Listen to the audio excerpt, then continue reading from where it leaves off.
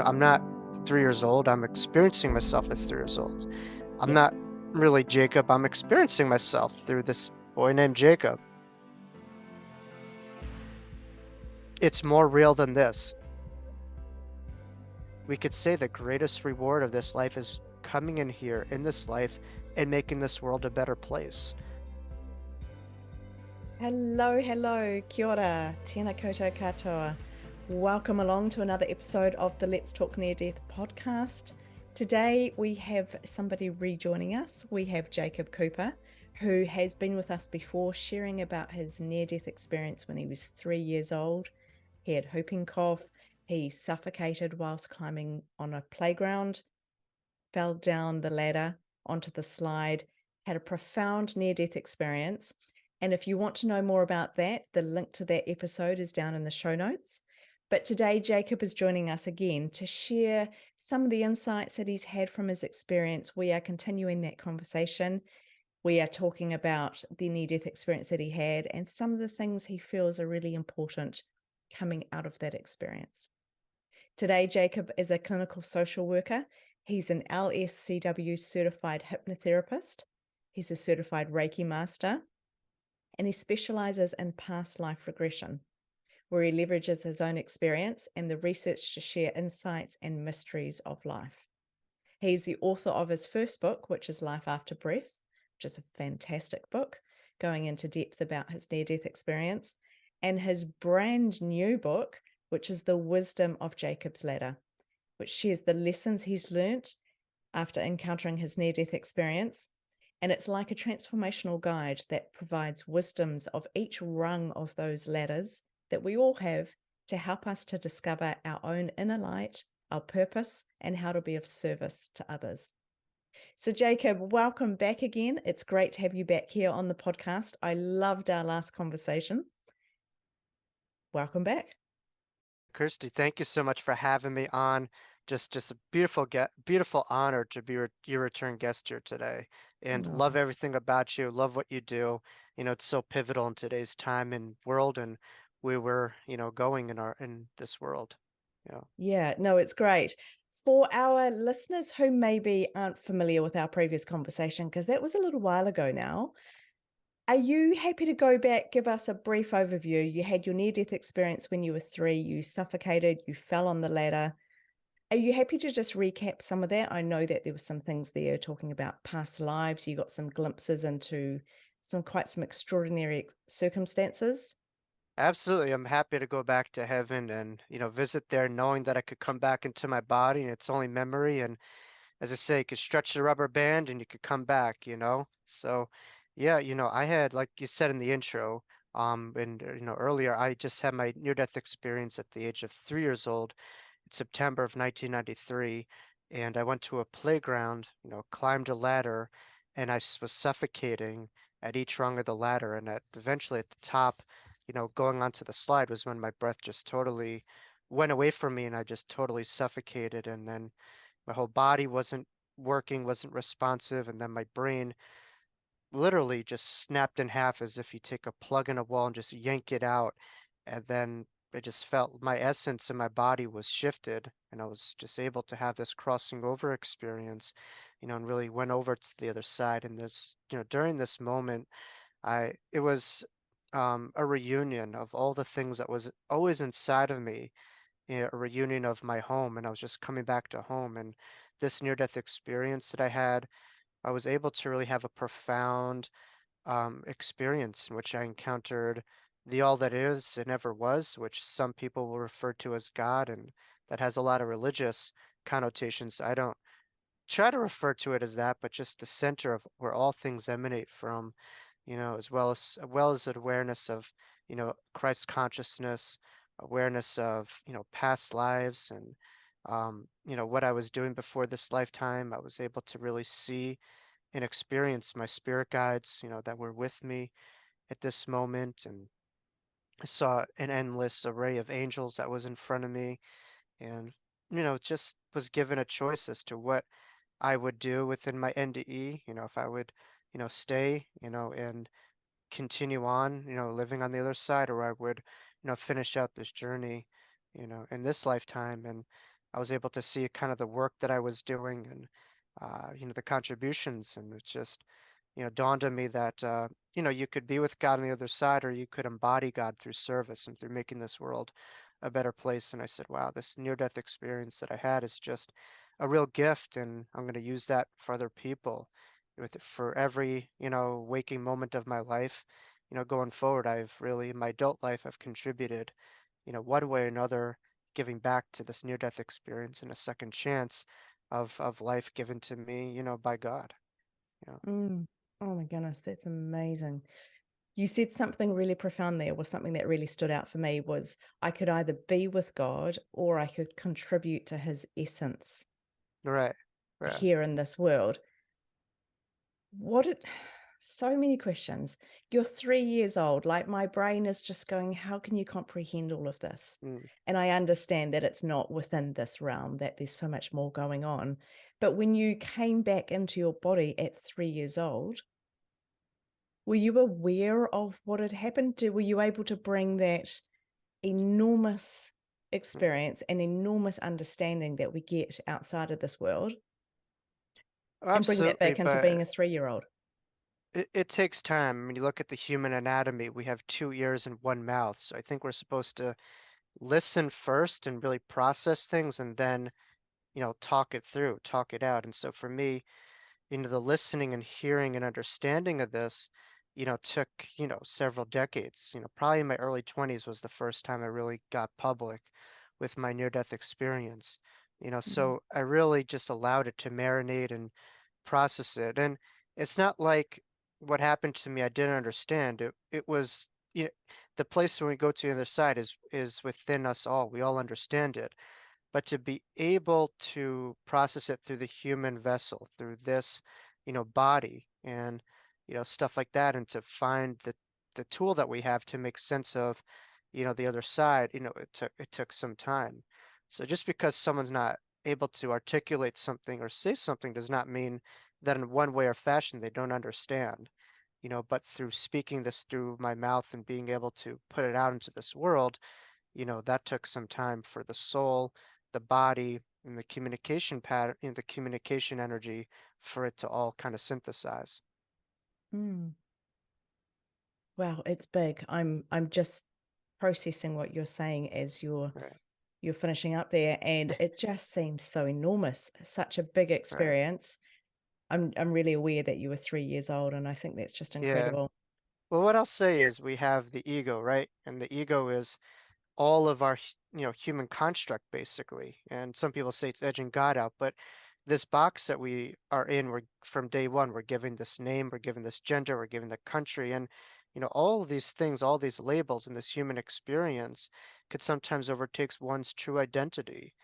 Mm, And so on the other side, I recognize that, I'm not 3 years old. I'm experiencing myself as 3 years old. I'm yeah. not really Jacob. I'm experiencing myself through this boy named Jacob. And, so, all these things that we're just kind of actors experiencing our different roles through these different parts that we play. But beyond that is an infinite, eternal soul that is ageless, that is timeless, that Mm, has no bounds to its awareness and its wisdom. And throughout lifetimes, we're trying to put practice into action to apply what we really know and to remember who we are, that we are infinite spiritual beings having these unique experiences throughout our mm. lifetimes.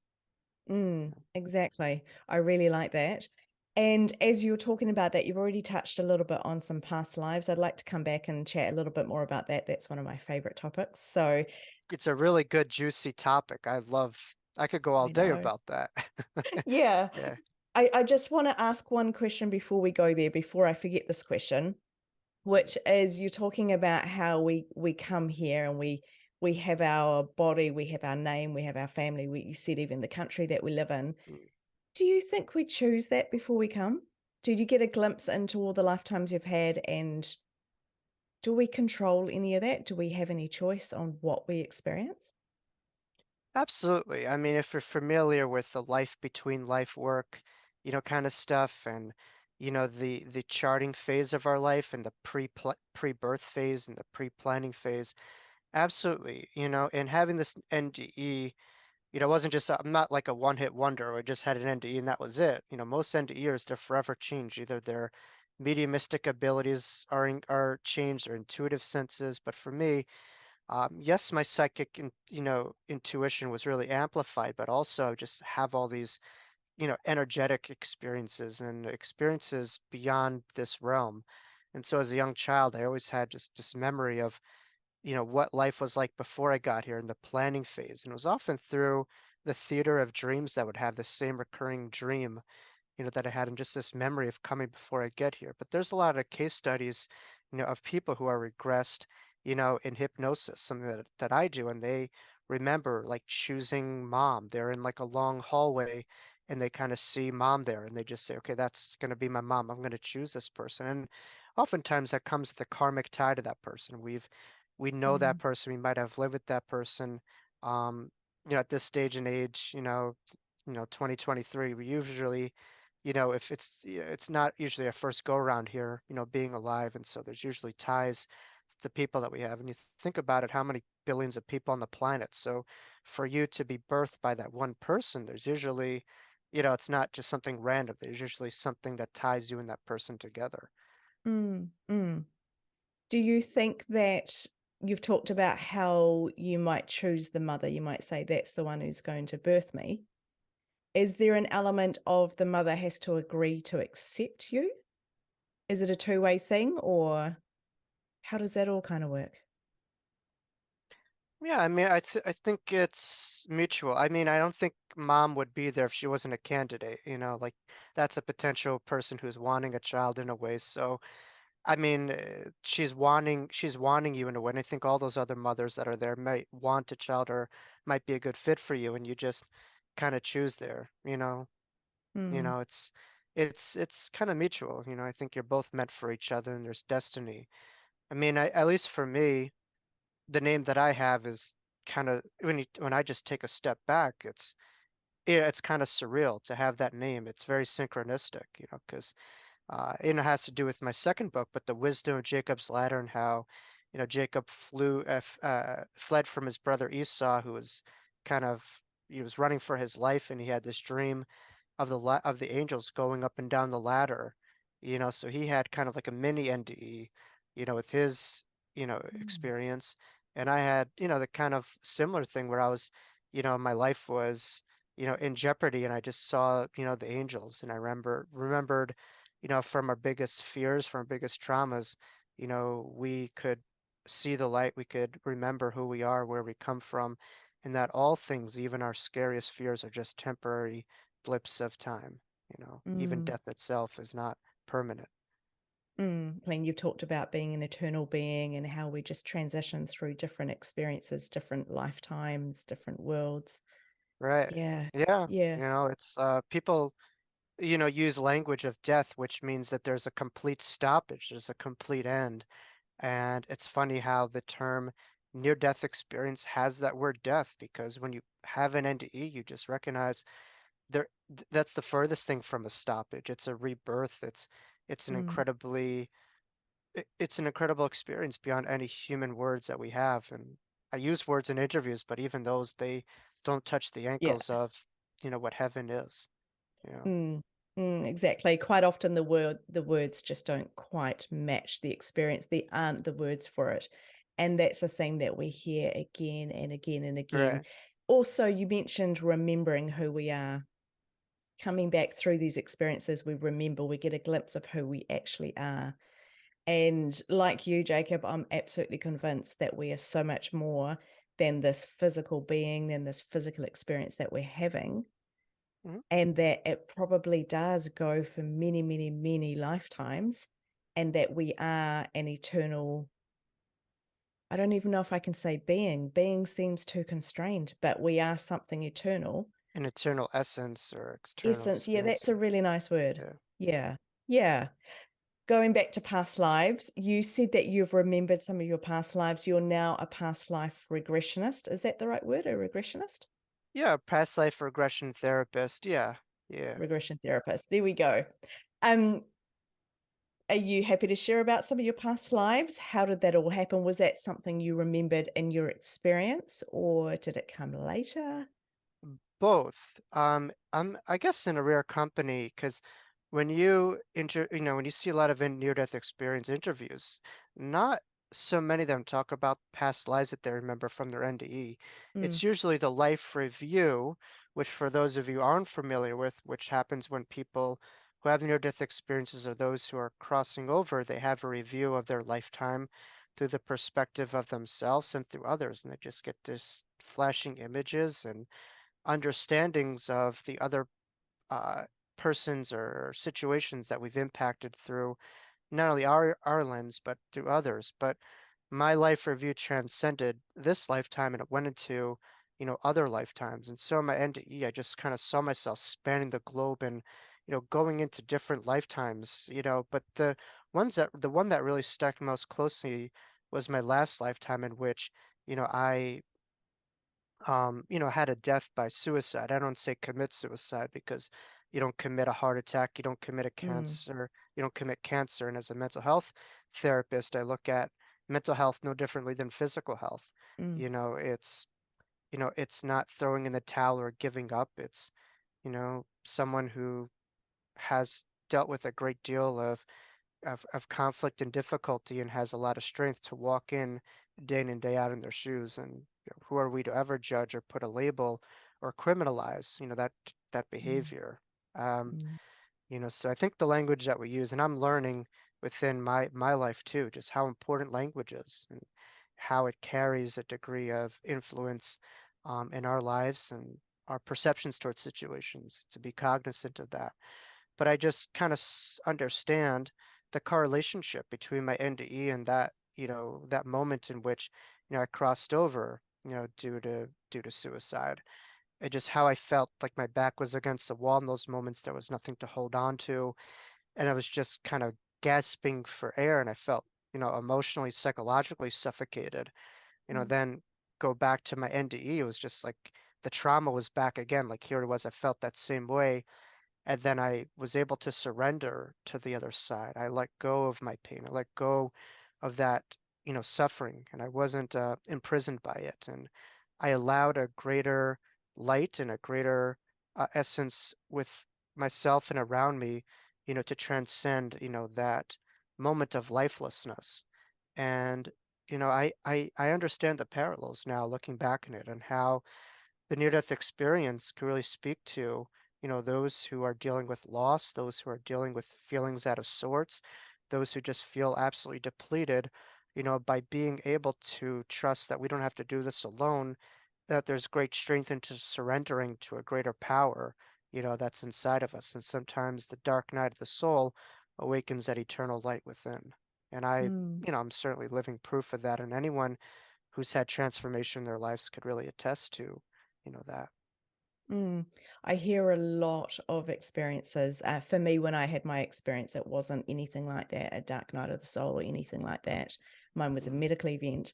But I hear a lot of experiences who talk about being in that place mm, quite close to when they had their experience. And theirs mm. may have been a medical event as well. It may have been an accident or something that took place, but they talk about how they were at a really low point in life. And then Right. this Well, experience yeah. happens. Yeah, I A find it lot of interesting. them, for me, it wasn't, going into that, I was just a normal kid, but the difficult part was just the torture of suffocation and how Mhm. traumatic and torturous, suffocating was due to whooping cough, and how that was just, so scary. So, I mean, a lot of people will say, wow, I want a near-death experience. I want what you had, Jacob. I And know. I just have to remind them that it wasn't immunized from a great deal of conflict and difficulty. I had to live with a lot of complexity as well as trauma from that. I want to be Yeah. very clear that to this day, I'm thankful for my near-death experience. I wouldn't know this life anyway differently, but that doesn't mean that it didn't come, with a great deal of difficulty and hardship and trauma, early on in my life. Yeah, absolutely. I hear this quite a lot as well as of, "Oh, I'd like to have that experience," but it is the physical experience that comes with it as well, the trauma, the way that we relate to people, the way we relate to ourselves. There's so much more in it than just the spiritual experience. And I think we can tap into a lot of that stuff through meditation, through connecting with our team. You talked about seeing angels, connecting with your guides, connecting with your spiritual team. Was that the first time that you'd done that in this experience? It might end, I mean, to that degree, in this body, it was completely full blown. It wasn't some telepathic kind of, it was like looking right, in front of me, Yeah, literally right in front of me, right then and there, so it's like looking at a person right in front of you, and the other side, it's, you don't use your physical eyes, you use your, spiritual eyes, your mind's eye, but it's it's more real than this. And think of the other side. I just look at it like a radio wave where you just kind of tune up the dial just a little bit more than this reality, and it's right here around us. And it's a frequency, yeah, just vibrating higher than this one. And, so it's like trying to see the individual blades on a fan when they're going very fast. And when you're, vibrating very fast, you could kind of see that, but to see the individual blades is hard. But the slower densities, you could see those individual blades in their physical form. It's a lower density, and that's why in this, physical life, we're able to kind of see things through this lens. But the more you vibrate, the higher you vibrate, the more you could see things beyond this physical realm. mm, I really like that analogy, the fan and how it moves, and I'm very visual, so I'm just picturing that as that's happening. Right. That really connects, that really makes sense for me, the fan. Yeah, that's cool. But it's just so comical how we think the things that are real are not real, and the things that are not real Yeah, are real. It's like in my workshops, I'll just say, "Who are you?" And people just point to their body. I'm like, "So you're nothing, basically." And it's not to say that the body is nothing. It's everything in this life. But when you condense a body, it's you know, you know, you know, s- smaller than an atomic level, electron, all that stuff. It's basically, absolutely nothing when you condense everything down yeah, to its purest, smallest form. So what we think as real when we condense it is not real, and the things that are not real are things that last and are real, you know? yeah, and I think because we can't necessarily see things doesn't mean that they're not there. Yeah, You know, we tend to assume that everything we can see is real and everything physical is real. right. But as you're talking, I obviously think a lot about death and dying and who are we? When you ask that question, who are you?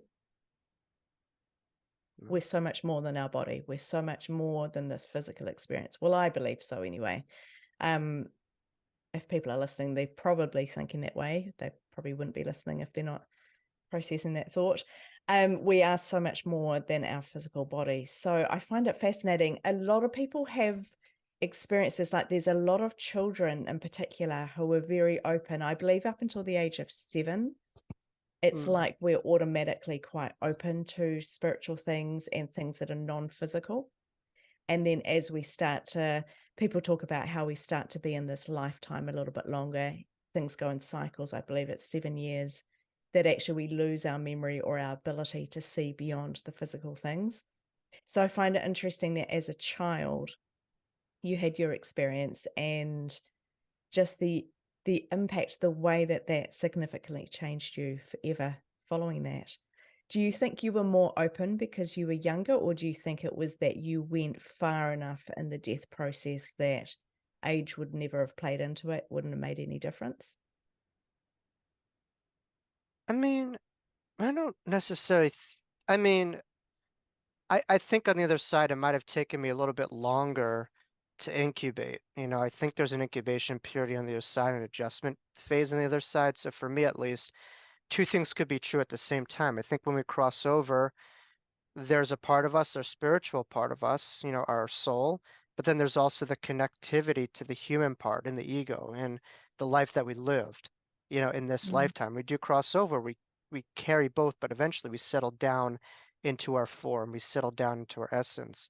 It takes time to just kind of let go of the conditioning and programming and attachments that we have to this lifetime to come into the soul, which, experiences itself in this lifetime, but is much more than just this one particular lifetime.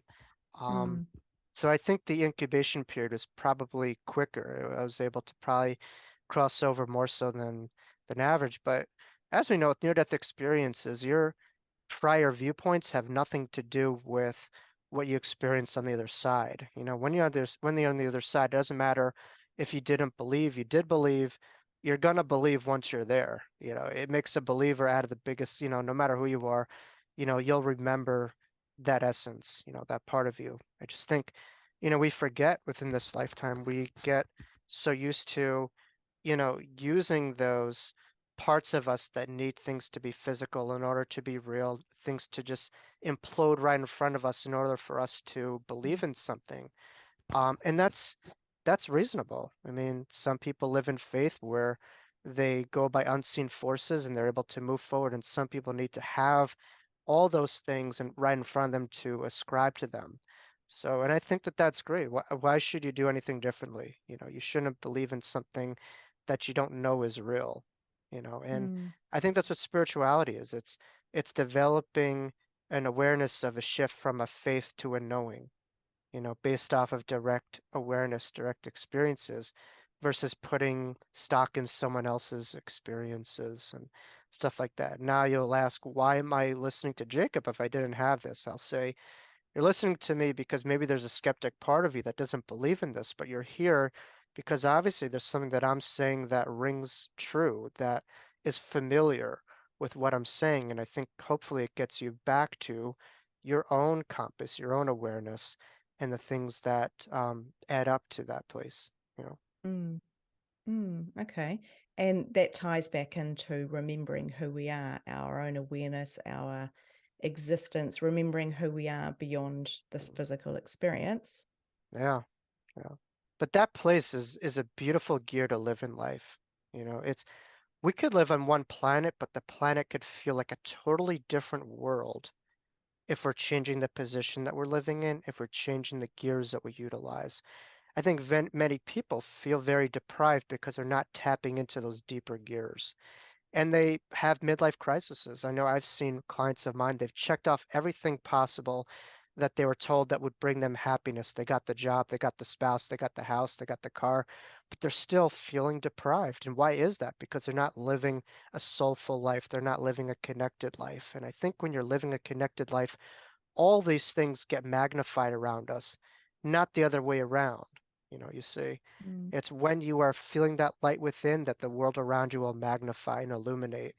Um, I know from my own experiences, I've had times where I've had the greatest dish of food in front of me, but if I didn't feel good inside, I couldn't savor it. I couldn't enjoy it. But if I felt amazing inside, any little thing is, wow, this tastes amazing. This feels mm, amazing because your senses are open. You're connected, and that light within is there. It's not depending on outer things to develop that light, but that light to shed itself in those outer things. mm.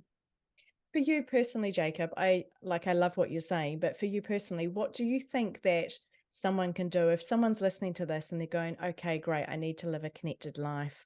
That's Mm, the secret here to fulfilling my purpose, to getting the most out of this experience and having a full spiritual, physical experience.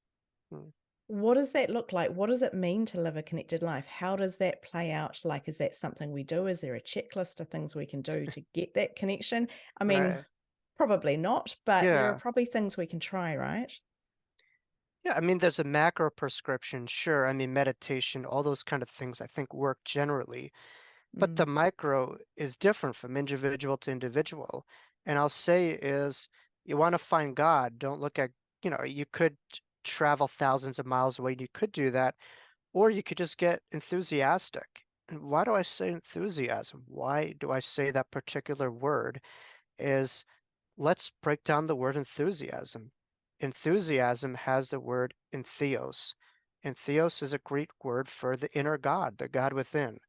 And so if you're finding joy with what you're doing, if you're passionate about what you're doing, if you have zest with what you're doing, like talking about, earlier in our conversation, that is really living a God-enriched life.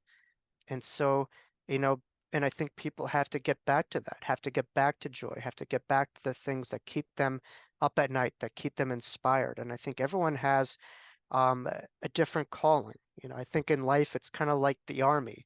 Some people are in the Air Force, other people in the Navy, other people, everyone has a different style, but hopefully, the essence of what we're doing is there, to heal and to help out others and not to destroy. And so, Mm. yes, you want to get enthusiastic, but also become aware, you know, how my enthusiasm is helping the world around me. And I think just by you being happier, you being, more into your own light will help out another in some way, will change the world in front of you because we all have a light within and there's darkness around us. And the greater our light is, the more that that light could light up the next person, and there's a Yeah. big ripple effect of our life. And we could say the greatest reward of this life is coming in here in this life and making this world a better place. I mean, Mm. I look at sometimes I go to cemeteries and that statement, he or she made this world a better place. You can't ask for more from life. That this person made this Yeah. world a better place and there was a difference from their existence. You know, That's pretty cool, isn't it? If that's what's on your tombstone or your gravestone, whatever you what want to more call could you it. ask for? I Yeah. know, made a difference in this world, made the place a better place. It's Yeah. amazing. Yeah, It sounds like nothing, but think about it. From you being here, the world is better. I know, I know. And you think of people that really brighten you up when you're with them, you just feel better. And you talked about how it leads on to more and more things. You make the people around you happier. It's like laughter. When laughter's contagious, Mm, the best thing, but yeah, happiness can be contagious. And I'm not saying it's always easy. Trust me, it's not always easy. But mm, I like what you're saying about how we can just make the world a better place. And it might be through our mood, it might be through right. something we do, showing up well, giving things our best, and yeah, just getting the most out of this life, which can be the basic day to day stuff. It doesn't have to be jumping out of airplanes and all of the adrenaline based things. It can be just Yeah, being a nice, decent, kind person. That's getting the most out of life. So I right. really like it. Yeah. In terms of your purpose, coming back, I'm still caught up on you could either be with God or you could come back and share the essence of God. I Mm. really like that. In terms of purpose, did you know what was ahead for you in your life? Did you get a glimpse of what you could be doing, or did you know that you were going to come here and do this work and Mm. write books and help the world? Specifically, I saw myself speaking in front of a lot of people, through different Mhm. images. And, I do that to this day. I do a lot of different public workshops, particularly for those who are grieving, either their spouse has lost, their child's lost, and want to fill their construct of, death in maybe a different way. Or try to look at death as not the end, but there's a possibility that my loved one is okay and finding peace with it, and maybe looking at it from the spiritual perspective while allowing themselves also at the same time to have their human emotions, their human responses to a normal reaction to an abnormal life event, which is a Mm, loss of someone. Um, death is normal, but for day to day, it's an abnormal event to lose someone that we've known our whole lives, usually or sometimes. But for me, it was speaking in front of people and giving this message. I saw that in my NDE, but I almost feel like I needed proof of that later in my life because I had evidential data to support that I saw this, where, later in life I was just not randomly, but I'll say the word randomly, just at a yoga studio in a seminar, and this woman came up to me, and I had no idea who this person was. She kind of looked like she got out of like some Pink concert, like she had the tats and the earrings, and I'm like, this person doesn't seem like, she's gonna like give me a reading over here. I don't know. It's like. I I know. I thought you'd give me like a music CD or something. I didn't know what to think of it, or like some Harley Davidson jacket. I didn't know. But she came up to me and she's like, I've been looking at your aura. It's very powerful. And she just stopped and she says, "You're going to be a healer one day. It's not going to happen now, but you'll see. I see you speaking in front of a lot of people in a big, auditorium, and there's rows of people. Wow, you're going to change a lot of lives in this lifetime." I'm like, wow, it gave me evidence to remember what I saw in my NDE and just, 2 decades later, the evidential pieces of information to just validate. But Yeah, I mean, maybe I needed that. I'm my own biggest skeptic, and I always question. I'm like, even when I was having my NDE, I'm like, geez, this is too real to be true. I was still a part of me that was doubting, what I saw, and that's the human part, Yeah, But people did that with Jesus too, when the roosters had to crow a couple times, for him to kind of prove his point. yeah. That's just human nature.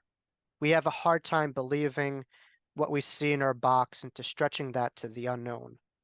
Oh, And look, we do. uh, and that scares people. And you look at today with how um, much hatred, prejudice there is to the Mm, unknown.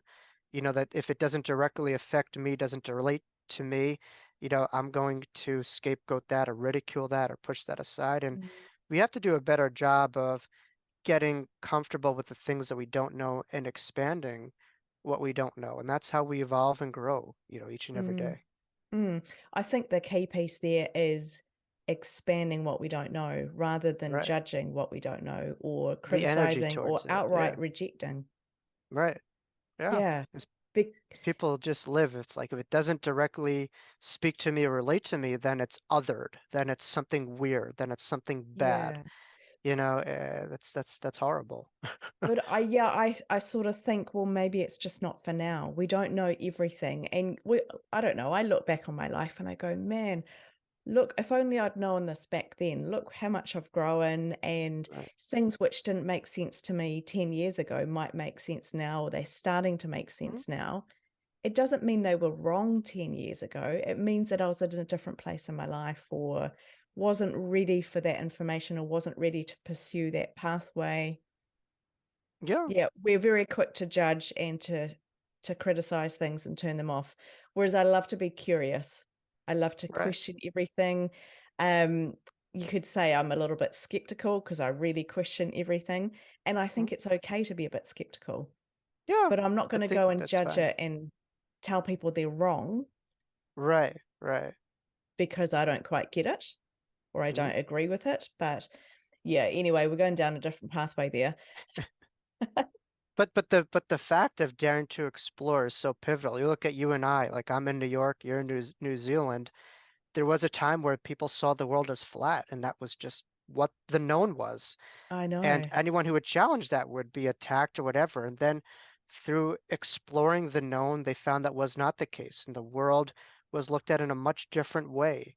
And so, if Yeah. that could happen physically, imagine for us, for all those unseen forces, and how that could change our very world if we're Oh, able to explore and look at it differently. But it has to be daring, and it has to be allow us to explore and to say that we just don't know everything. Even yeah. sitting here today having a near-death experience, I could tell you, blue in the face that I know very little. Yeah, I agree with that. Not that you But know very little, but me as an I, experiencer. People I seem to yeah, think I that we don't. know more. I don't. We I don't. know what I've known up until this point, but how much of a buzzkill would it be if I said that I know everything? What's the point of entering tomorrow if there's not something to learn or expand on? Yeah. I think each and every day you want to get broader and just constant improvement, constantly getting better. It doesn't matter like what the particular outcomes is. It's just this beautiful journey, and that's something to embrace. Mm, Yeah. mm. And I think that that comes into tapping into this big, juicy life and getting the most out of this life is about being. It's about having experiences. It's about being. It's about so many parts of it. It's a multifaceted thing. And we can create quite a lot. Well, I believe we can. Do you think that we can create what we want, or do you think we come here with very restricted things, restricted pathway of what we'll achieve in our life? Have we got certain objectives, and once we achieve them, we can transition into the next phase? What are your thoughts on that? We're unlimited by being ourselves. You might hear someone singing or dancing, but no one could sing or dance like you can. And I think each person has something unique to add Mm, that's non-redundant, that they could only do in their own unique way. It may appear similar, but everyone has their own unique part to add to things. Um, I think the power of belief is so pivotal, though. If we will say, I am this, but I'm not that, and I can only do this, but I can't do that, you're right. So whatever you believe, you're right. Or if you say, yeah, I'm completely limitless. There's no, possibility of what I cannot do. Mm, I'm an eternal being. I'm a spiritual, infinite being. I'm forever connected to God, created by God. I don't have a limited creator, therefore I am not limited myself. mm, Is God limited? No. Are we limited then? No. I think the power of belief is so pivotal in our everyday life. I mean, I have known throughout my life when I thought myself as something, I would translate that in my behaviors. When you have that big label over your head of being overweight, of being a bad writer, of being a bad dancer, then you'll follow that. But when you say, wow, I am a good this, I'm a good that, you really don't necessarily believe it. You at least enjoy it. And it's not so much about the results, but you'll be able to let go and allow yourself a chance versus sabotaging and not giving yourself a chance. mm, mm. It's that positive reinforcement as well, that loop of it goes round and round, brings some positive back in, change our thoughts, change the outcome. Yeah.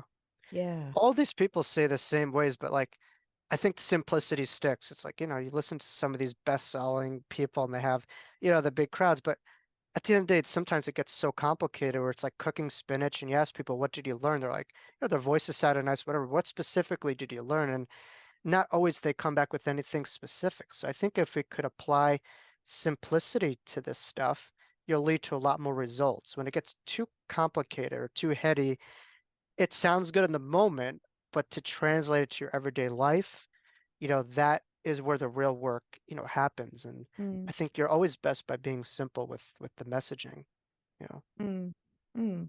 And being real, I think, showing up real, being being being authentic. authentic. Yeah. Authentic, yeah, that's definitely the right word.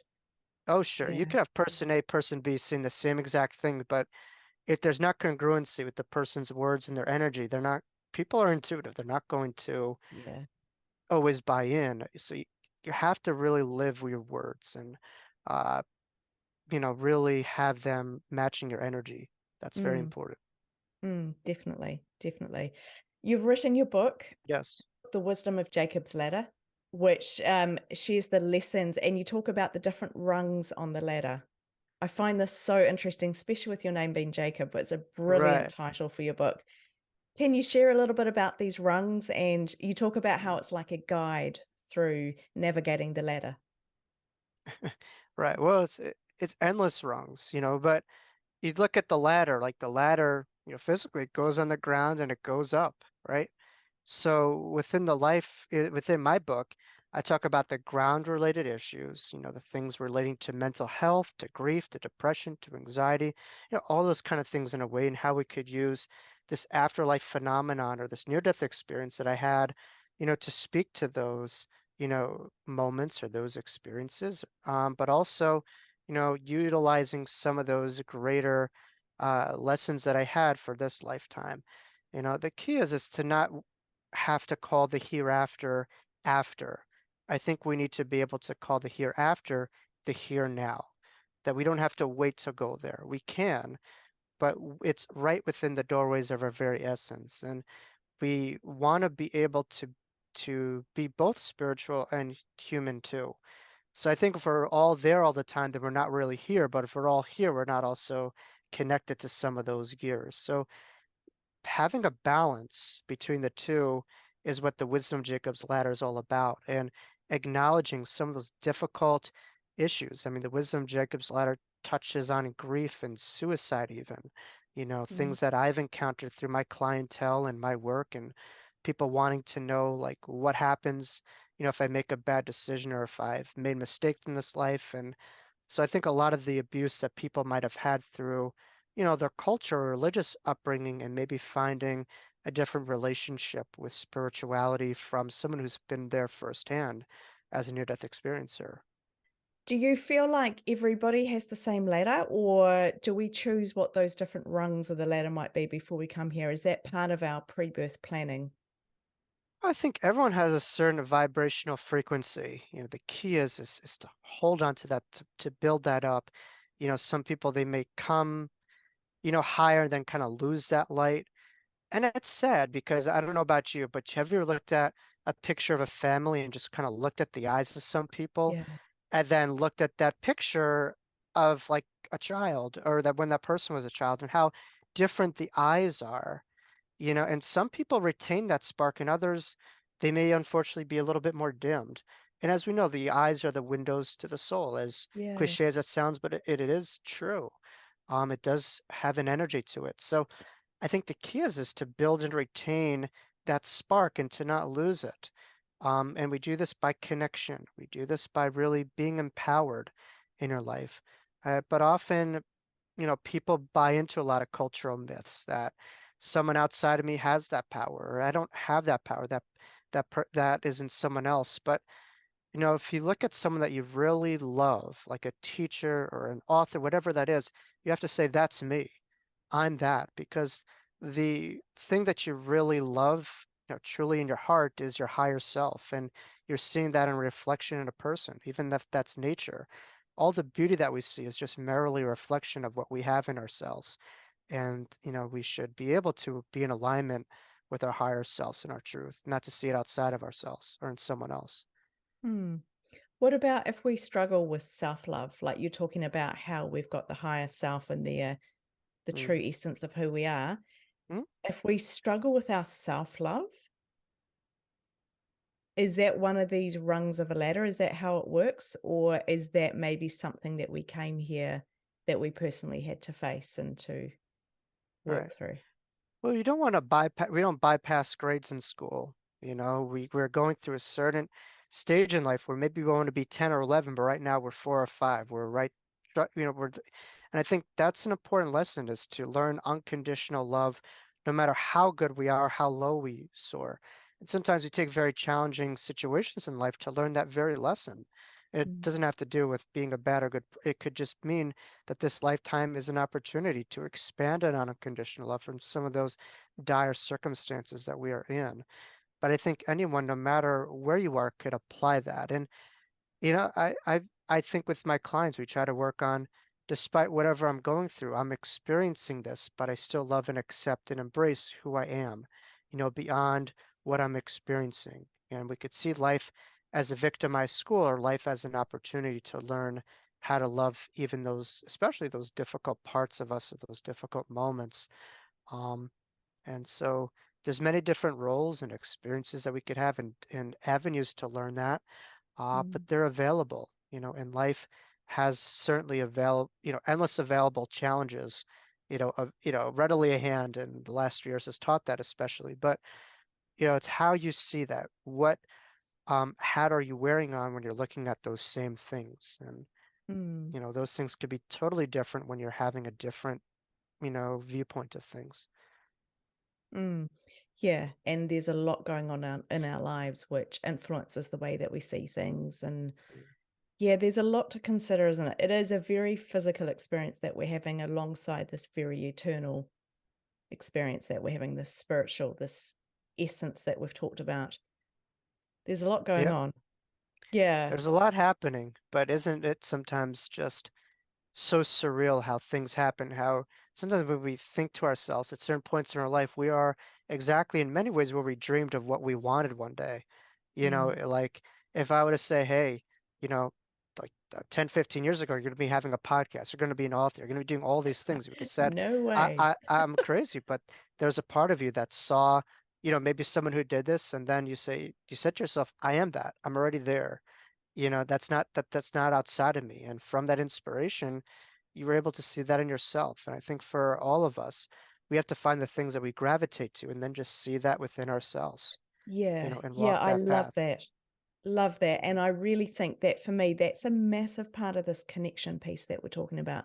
Being connected to our higher self, to God, to source, to life purpose, to all Mm, of these things, whatever label you want to put it on. mm, So much of that is being open to going with the direction and the flow that comes into our life. So when you talk about that 10, 15 years ago, no way, I didn't want to do a podcast. I didn't want to write a book. right. I didn't want to speak. I didn't want anyone to see me. I wanted to Right. be invisible. And now here I am, and it's actually the most rewarding, Right. amazing part of what I'm doing Right. because it is, I would say, spirit led, because it has come out of a place of being connected, being in that space of all right, I'm living this life. What am I meant to do? Where are we meant to go? What experiences are we Right. having? And opening up and asking the spiritual team, can you come and direct me? And it doesn't mean we get it right, but it means it's that openness and that curiosity that Mhm. brings in the great stuff, brings in the fun, the happiness, and that stuff's contagious, like we said earlier. That's what makes a good life, I think. Oh, absolutely. And it comes down to the God embodiment. What is God to me? It's the endless giver of life. And within our lives, if we're giving happiness, we're giving joy, to others, we're embodying God. But everyone comes up to me, they're like, wow, it must be so difficult to write books, to speak in front of people. And in my head privately, I'm like, it must be difficult to be a bystander, just to Yeah, kind of, yeah, hide away through these things and to not listen. To be on the field, you live in purpose, you live in joy. yeah. You're not handicapped by fears, and you're making differences, you're making changes, and that to me allows life to have a lot more grace and ease. It's when you're removing yourself from that or out of fear, just saying, who am I to do this? That to me makes life more difficult, Mm, because you're not listening to that real you that is here to make a difference, and you're saying, okay, let someone else shoot the shot. You were meant to shoot it. No one could mm, shoot it like you. You have to do your thing. And at the end of the day, the biggest regret that people have usually when they're about to cross over is that they lived in fear. They lived in what someone else would think of them, yeah, or they lived as someone else's version of who they wanted them to be instead mm, of being true to themselves and allowing themselves to let go and unleash. mm, It's amazing mm. how much we hold ourselves back Oh, we for fear. so Yeah. do because we doubt ourselves. We're afraid. We let fear rule. We might Right. not want to take the risk. We might not want Right. to get hurt. There's all these Right. things. As soon as we step into the zone, it's almost Mm. like we're exposing ourselves to things that could happen. Right. But it's also where we expose ourselves to amazing things that can happen. And for me personally, I've seen just so much unfold because I was prepared to take the first little step. We don't need Mm. to take all the 10 steps all at once, just the first Right. step. And Yeah. for me, doing the podcast was an enormous thing, enormous. And so all I did was do a Facebook post, and that was the Mm. first part of it. And Mm. then that led into all of the other steps and led into this beautiful thing, which I felt was spirit led and I don't know if I could say divinely appointed. That sounds a little bit too big, but I do believe that this is something that had to happen and it had to Right. come from me. So that's okay. Yeah. Other people can do their things and that's fine. But I feel like doing my thing has opened up opportunities. And so I encourage everybody who might be a bit afraid of trying something or Mm. stepping into something for the first time, just have a Yeah. go, see what happens. It's a playground out there. Let's have fun. Do you look at life as a playground? I know you were on a playground when you I, had your I near I death had mine. experience. Sure. So, I mean, sure, we're here in many ways for the good ones to be a brothers and sisters keeper too in this playground. We're here to look after one another, to care for one Yeah. another. I think we've gotten better to some degree with this internet thing going on, that we feel more connected in some ways, but we've also gotten a little bit away from the community aspect too. And I think Mm, what you're doing, what I'm doing, is just to get back to our roots as creating community, creating one earth, one civilization. But you're so right. I think people think when they're fear, they'll be like, all right, I'm just going to be gentle, I'm going to avoid what I want to do, and that actually increases the condition. It's when mm, we take those gradual steps, even what you're doing now by talking about death, that's a gradual step of exposure to talking about the number one biggest fear that most people have. And it's mm, not by not thinking about it that we get better, but actually looking at it dead in the face and say, geez, this is not as bad as my mind makes it out to be if I have a different outlook. Or wow, go on this podcast, it's not as daunting as I am. There's a microphone, there's air to breathe in the room, I'm in a chair, mm. and you're able to say, wow, sometimes in our mind we create something to be so have so much magnitude. In reality, it's like, what's the big deal when you actually do it, Yeah, half the time. we Yeah. can give things a lot of space, can't we? They Yeah. can take up a lot of room in our lives, and I'm talking about anything, but Yeah. fear is definitely a big thing that we can let have too much space. Amazing. Like when you watch a movie, you're sitting in a comfortable couch, and all of a sudden the movie could be scary you could feel incredible trepidation, or it could be sad, you could be sobbing, but you Mm. are still on that couch. Nothing has physically threatened you or come to you.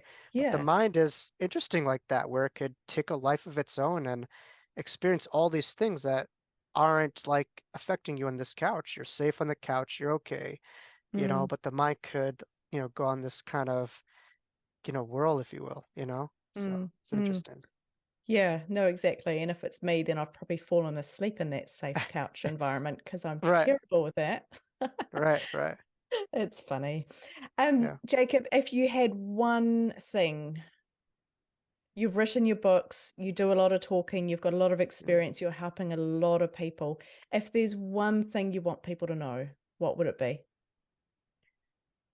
We don't physically die, but we have to choose life. There's a lot of people who are alive who aren't living while they're living. And I Mm, think a lot of people fear death, but they don't fear not living while they are living enough. That should be the bigger fear. And I think for us, it's just to make the most of this life and to live for those in the heavens that we may be grieving or mourning, to live for them, to enjoy because, we don't want a boring, uneventful life. We want to experience, we want to do things. And much as, think of the others crossed over in the afterlife as being in the afterlife, the lives that we live are the ones that those in the afterlife view as their afterlife too. So it's like a interesting situation where we're wow. Yeah. focusing on their afterlife, but we're also their afterlife. They're connected to our every move. And so we're thinking of them and they're connected to us. And so there's like kind of like a yin yang thing. I don't know what it is, but it's like an infinity kind of thing. Yeah. So keeping that in mind, and it's allowing ourselves to feel what we feel, to not bypass that, but also to be able to find balance where it's like, yes, I could still feel grief, I could still feel pain, but I could also enjoy life too at times. I could Mm. also, have joy. I don't have to be bogged down 24/7. And, grief and loss is a roller coaster, but we could give ourselves permission to live. I think that's important. Oh, I like that. Give ourselves permission to live. That is Right. so good. I like Life that. is a choice. Yeah. Yeah, it is a choice, isn't it? It Right. totally is.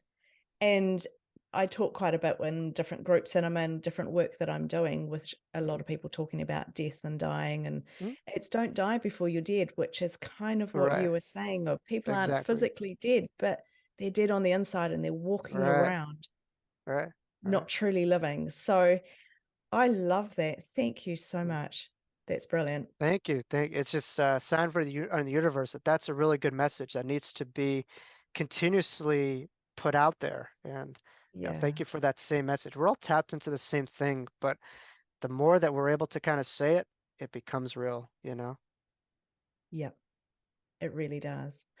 Jacob Cooper, thank you so much. We're going to put the link to your books, both of them. So there's Life After Breath and also The Wisdom of Jacob's Ladder, down in the show notes so our listeners can check those out. And I highly encourage you to do that.